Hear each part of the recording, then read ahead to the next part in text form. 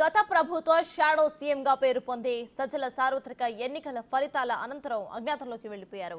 2 రోజుల నుంచి సజ్జల రామకృష్ణారెడ్డితో పాటు ఆయన తనయుడు YCP social media incharge Bhargav Reddy కూడా అజ్ఞాతంలోకి వెళ్లిపోయారు.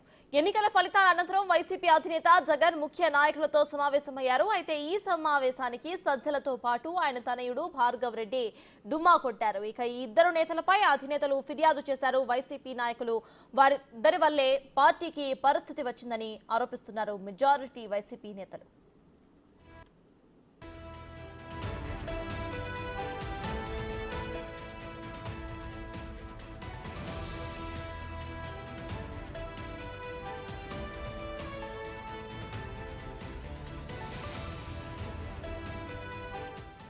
సజ్జల 5 సంవత్సరాల పాటు అన్ని తానే ప్రభుత్వం మొత్తం నడిపారు. మరోవైపు ఆయన తనయుడు Bhargav Reddy YCP social media మొత్తం చూసుకున్నారు. ఇక వైసీపీ సోషల్ మీడియా వారికి 100 కోట్ల రూపాయల పేమెంట్స్ పెండింగ్ లో ఉంచిందని సమాచారం. భార్గవ్ రెడ్డి పేమెంట్స్ ఇవ్వకుండానే అజ్ఞాతానికి వెళ్లిపోయారనే ఆరోపణలు వెల్లువెత్తుతున్నాయి. ఇక సజ్జల జగన్ కు ఎమ్మెల్యేలకు మధ్యవర్తిగా వ్యవహరించినట్టు పలువురు నేతలు బహిరంగంగానే తెలిపారు.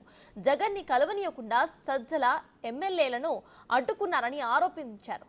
ప్రతిదీ కూడా తనతోనే మాట్లాడాలని అందరికీ ఆదేశాలు జారీ చేసేవారని సజ్జలపై ఆరోపణలు ఉన్నాయి. తానే ముఖ్యమంత్రిగా ఇటు ప్రభుత్వంలోనూ అధినేతగా అటు పార్టీలోనూ సజ్జల వ్యవహరించారని ఆరోపణలు వెల్లువెత్తుతున్నాయి. ఫలితాలు పూర్తి వ్యతిరేకంగా రావడంతో తండ్రి కొడుకులు ఇద్దరూ కూడా అజ్ఞాతంలోకి వెళ్లిపోయారంటూ పార్టీ క్యాడర్ చర్చించుకుంటుంది.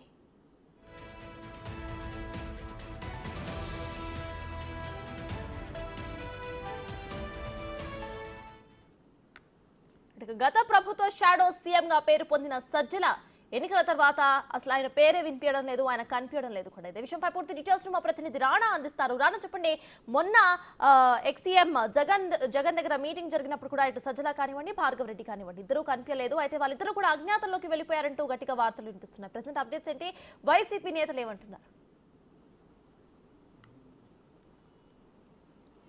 ఎగ్జాక్ట్గా ఇంకా కౌంటింగ్ 2 రోజులు ఉందనగా అప్పుడు సజ్జల 2 సార్లు ప్రెస్ మీట్ పెట్టారు. 2 సార్లు ప్రెస్ మీట్ పెట్టిన తర్వాత చాలా వరకు కూడా వైసీపీకి ఓట్లు పడ్డాయి. అందరూ కూడా సైలెంట్ ఓటింగ్ పడ్డారు. మహిళా ఓటర్లు ఓటెత్తారంటూ కూడా ఆయన చాలా భీష్మంగా చెప్పారు.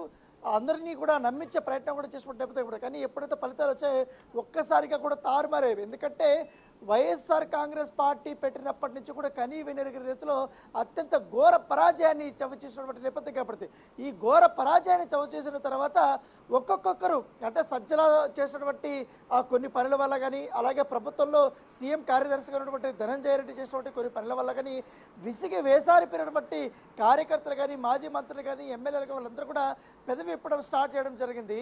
ఎందుకంటే సజ్జల రామకృష్ణారెడ్డి ఉన్నప్పుడు మొత్తంగా షాడో సీఎంగా పనిచేయడంతో కాకుండా మొత్తం పార్టీని కూడా తన చేతుల్లో పెట్టుకొని అంతి నడిపించిన వ్యక్తి ఓడిపోయిన తర్వాత ఒక్కసారి కూడా ప్రెస్ మీట్ పెట్టలేదు. అదే గెలిచినప్పుడు అధికారంలో ఉన్నప్పుడు తాడపల్లి నివాసంలోనే అతను అధికారికంగా కూడా ప్రెస్ మీట్లు పెట్టి మరి అందరినీ విమర్శించేవాడు అనేసి కూడా చెప్తున్నారు. ఇప్పటి వరకు 3 రోజులు అవుతుంది, 4 రోజులు అవుతుంది, ఆయన ఆచూకైతే ఇవరకు కనపడలేదు.